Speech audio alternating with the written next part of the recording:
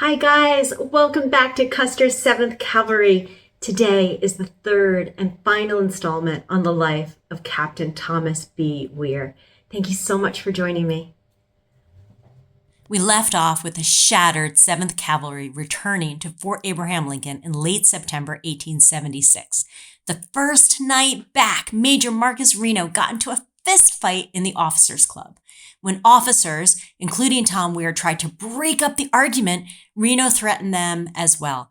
As we've discussed earlier, Reno had personality clashes with pretty much everyone, especially Tom Weir, which probably got worse as Weir was becoming more vocal about his dissatisfaction with how Reno handled the Little Bighorn fight.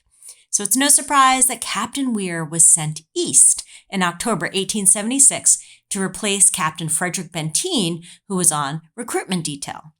Benteen wrote his wife Kate on October 9th, 1876 from Philadelphia. I had expected to find the order relieving me from recruiting duty at the office this morning, to see Weir or some other officer here for that purpose, but I didn't. I want to get back, bad.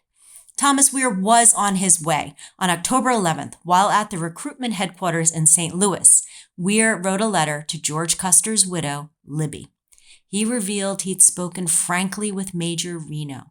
Captain Miles Moylan, hearing this conversation, said, "Weir, you have been in the 7th Cav 10 years, and if the government hadn't paid you a cent, you have earned it all for what you have said." Weir told Libby, "And now, thank God, my sword is my own." Unfortunately, he didn't go into any other detail about the conversation with Reno, writing he would, quote, "sometime tell it to you all. You are all my good friends. I am coming to Monroe to see you." Weir then reported to the Cavalry Recruiting Rendezvous in New York City, in an office in the Burton Mansion on 174 Hudson Street.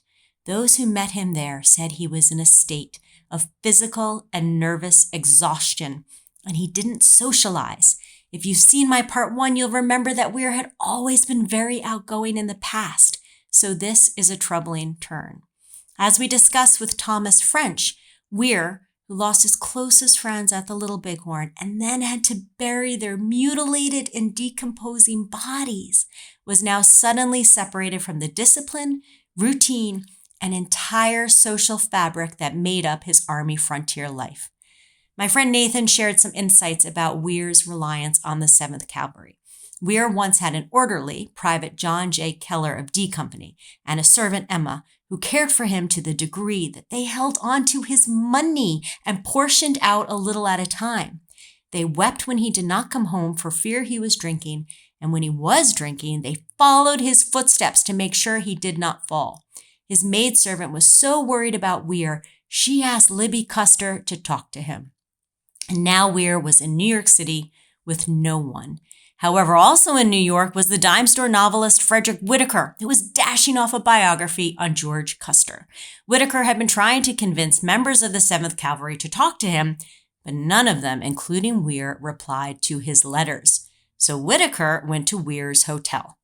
Whitaker wrote Libby Custer a letter on November 2nd, 1876, describing the meeting. He said Weir had not responded to him because it was known that Weir and Reno were in open collision, and Weir didn't want people to think Whitaker was basing his biography on information he learned from personal enemies of Reno. Whitaker also told Libby, "Weir knew I would write strong enough for justice, and I have no doubt Weir will speak out when the fight begins." Whitaker also mentioned meeting James J. O'Kelly, who is the New York Herald reporter who spent 6 weeks with the 7th Cavalry right after the Little Bighorn fight. Whitaker ended his letter to Libby with, "Weir is all right. He spoke out as freely as I could wish, but I was very sorry to see him as he was. He could not live long if he goes on at this rate. Clouded as he was, I could see he had a good, kind heart." On November 15th, Tom Weir wrote Libby, who was in Monroe, Michigan with the Custer family, as well as fellow 7th Cavalry widows Maggie Calhoun and Annie Yates. Weir wrote this final letter saying he considered it his life's duty to vindicate the reputation of his friends. He also mentioned that he was being interviewed by reporters and was making each promise to keep it secret that he was their source. He ended this letter with, "If we were all of us alone in the parlor at night, the curtains all down and everyone else asleep, I know I could say something to you all that would make you feel glad for a little while at least. And I know I would be very glad all the time while there. Loving you all, I am your devoted friend."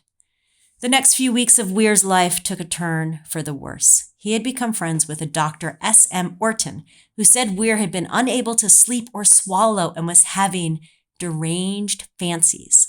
On the night of December 8th, Dr. Orton got Weir to take some soup and toast, and he left after Weir fell asleep. But at 1 a.m. on December 9th, Weir woke and began walking around in a strange excitement and had to be restrained by his orderly. The orderly finally got Weir into bed, sent for Dr. Orton, and began playing music on a small organ to help calm him down. When Dr. Orton arrived at 8 a.m., Weir was already unconscious, and within minutes he died. Dr. Orton wrote Weir's death certificate, listing the cause of death as congestion of the brain with complications from intemperance. Weir's military command in New York sent a telegram to Libby Custer that very day. It said, "Captain Weir died this morning. Can you tell where his friends live?" And Libby replied, "No friends but a sister. I don't know her address." The Army was able to track down Weir's little sister in Mississippi, but not in time for the funeral. His obituary ran in newspapers across America. One written by an old comrade said, "Weir was a man of force, even in the 7th, noted as it was for its brave officers. There was no man to whom difficult and dangerous duty could have been more confidently entrusted than to Colonel Weir." On December 14th, Weir's body was brought from Manhattan to the cemetery at Governor's Island. The open casket was placed on the upper deck of the ship, and his plumed helmet and saber were next to him. He was buried with full military honors. In attendance were Colonel Gibson and his wife, who were Annie Gibson Yates's aunt and uncle, who presented a cross of white immortelles, and there was also a wreath of flowers contributed by soldiers. A 7th Cavalry regimental resolution stated, "In the death of Captain Thomas B. Weir, the regiment and the service at large has lost one of its most brilliant officers." Weir died less than 6 months after the Little Bighorn fight. He was only 38 years old. So what was Weir going to say? There are a few statements that may reflect his thoughts, especially his thoughts about Major Reno. A private letter to author Cyrus Townsend Brady from an unnamed 7th Cav widow said, "The splendid officers of the 7th, who had followed Custer so faithfully, begged Major Reno to let them try to join the general. They cried like women, they swore, they showed their contempt of that coward, but the discipline of their lives as soldiers prevented them disobeying until it was too late. You know Colonel Weir and Lieutenant Edgerly tried." Lieutenant Ernest Garlington of the 7th Cavalry wrote, "The Battle of the Little Bighorn had been fought a month before I joined, and of course was still the subject of conversation. There seemed to be a suppressed feeling, at least among a portion of the officers of the 7th Cavalry, that Major Reno had not met the trying emergency suddenly thrust upon him with the most heroic spirit." In 1886, Winfield Edgerly wrote an account of the fight for Lieutenant Colonel O.L. Hine. Here's a quote. "Instead of charging through the village as Custer expected him to do, Reno halted and later recrossed the creek to the high bluff. That was his fatal error. We of Benteen's squadron saw this recrossing and joined Reno before all of his men had recrossed, which shows that we were near enough to come to his support in a few minutes. As soon as the second recrossing was made, nearly all the Indians left and went to meet Custer. From this moment, nothing could have saved Custer's command. If Reno had charged through the village, Custer would have joined him in a very short time, and Benteen later, and we might have had an expensive victory." Edgerly, in another narrative he wrote for publication, unequivocally states a soldier's duty. Quote, "I most firmly and positively believe that we should have gone to the sound of the firing after Reno and Benteen united. And further, I believe that if we had tried to join Custer at that time, we would have shared his fate. Perhaps the most damning of all is the article written for the New York Herald by the aforementioned James J. O'Kelly. O'Kelly originally had been impressed by Benteen and Reno, but as the summer campaign continued, he spoke with other officers and soldiers and changed his mind. The Irish journalist wrote in late September 1876, "No confidence can be placed in the official report of the battle. It is full of inaccuracies and has been read with something approaching astonishment by the men who took part in the fight. There is buried with the dead a terrible secret. What were 7 companies of cavalry doing gathered upon a hill when 4 miles away their comrades were fighting desperately for their lives?" He also emphasized the difficulty of being an active duty officer. Men who could tell the whole truth were soldiers and felt themselves bound in honor to be silent. He pointed out the conflict Custer had had with both Reno and Benteen. Was it not known that the men who had in life been the enemies of the dead Custer were more than ever his enemies now that he was dead? O'Kelly said Weir and his company went to Custer, quote, only when tired with the inaction of Colonel Reno's command, while rifle volleys were telling that their comrades were being done to death. Yet 300 horsemen under Major Reno were standing on a hill not 4 miles away, with not an Indian opposing their advance. O'Kelly's long article finished by demanding the government initiate an investigation. And if you doubt any of the above, there is also a letter Captain Weir himself wrote to the mother of his good friend, William Winer Cooke, who had died at the Little Bighorn. Quote, "With our cherished one's deliverance within our grasp, we waited, breathless, 2 hours for the support that never came." So if Weir, as the 3rd senior officer who survived the Little Bighorn fight, had this explosive information, why didn't he publicly come forward and defend the memory of his fallen friends? Well, there was, and is, a strict military command hierarchy. Once the 7th united on Reno-Benteen Hill, Major Reno was in command. He was senior to every officer there. And Reno, from all accounts, including his own official report and his testimony at the Reno Court of Inquiry, was in no hurry to go to Custer. As Francis Taunton points out in his article, The Enigma of Weir Point, in order to override Major Reno, the officers would have had to relieve their commanding officer in the face of the enemy, which would have been a serious action. Now, many say that Captain Benteen was the officer actually in command on Reno-Benteen Hill, but Benteen doesn't step up until after the retreat from Weir Point, when Captain McDougall said he quietly asked Benteen to take over, and Benteen smiled and did so.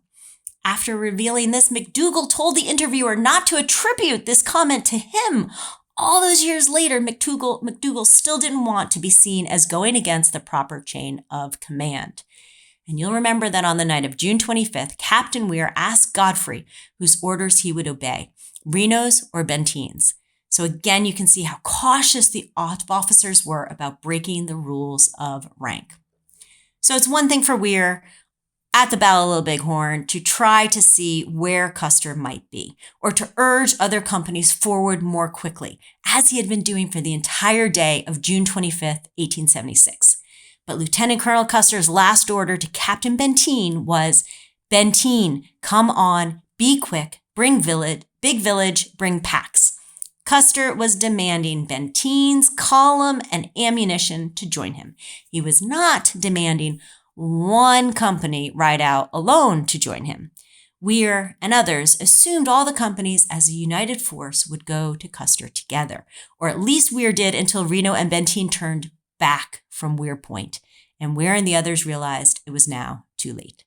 After the Little Bighorn, Weir was in a precarious position. Remember, he had already tried civilian life after the Civil War and did not like it. He'd been a military officer for 15 years, and it was all he knew. General Sam Sturgis had already recommended Weir go before the Benzine boards for potential dismissal. Major Reno had tried to have Weir court-martialed before the Little Bighorn campaign. Captain Benteen had already called Weir a liar and tried to duel him. Every single person in Weir's chain of command, Benteen, Reno, Sturgis, Terry, Sheridan, even President Ulysses Grant had condemned Custer's actions at the Little Bighorn. So how could Captain Weir, as a member of the United States military, contradict all of his superiors unless he was forced to testify and had to swear to tell the truth? Weir had a lot to lose. Unfortunately, his silence and guilt may have contributed to losing more than his career, as his early death less than 6 months after the battle demonstrates. But even after Weir was buried, what he saw at the Little Bighorn was not. 2 years later, there were rumors of a mysterious affidavit that would, quote, startle the country.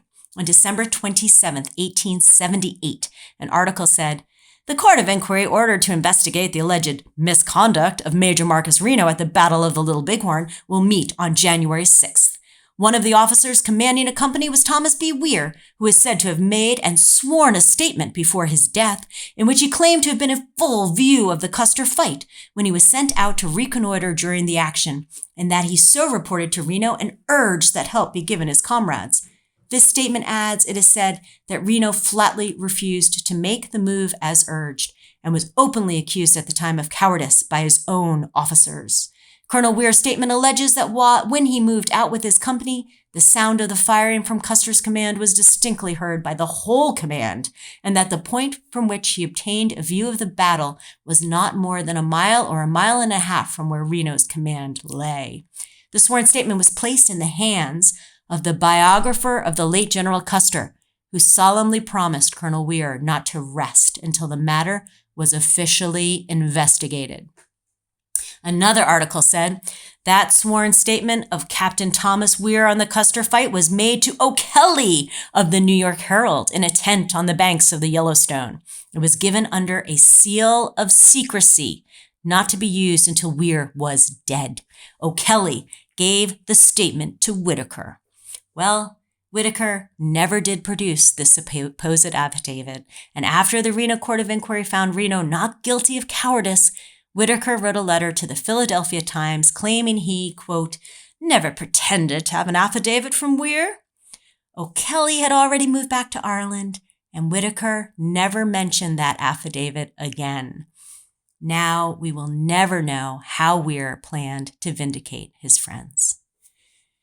Captain Thomas B. Weir rests at the Cypress Hill Cemetery in Brooklyn, where the dead were moved after Governor's Island Cemetery closed in 1886, when Custer's last messenger, John Martin, is buried.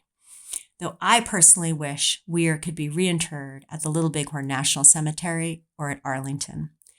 Let's finish with this description from friend Robert Utley, who said Weir was, quote, a most lovable spirit, too reckless for his own welfare, but he loved his friends and served his country and went to his long sleep bearing the kindest regards of anyone whose privilege it had been to know him. Thanks as always, guys, for watching, and please subscribe, click that notification bell, and leave me a comment. I'd love to hear from you. Thank you to Nathan Simons, George Kush, and Dale Cosman for their help. And thanks to all you guys for giving me an opportunity to tell the stories of the 7th Cavalry and show that there's more to their lives than one battle. All right, have a great day. Hope to see you guys soon. Bye.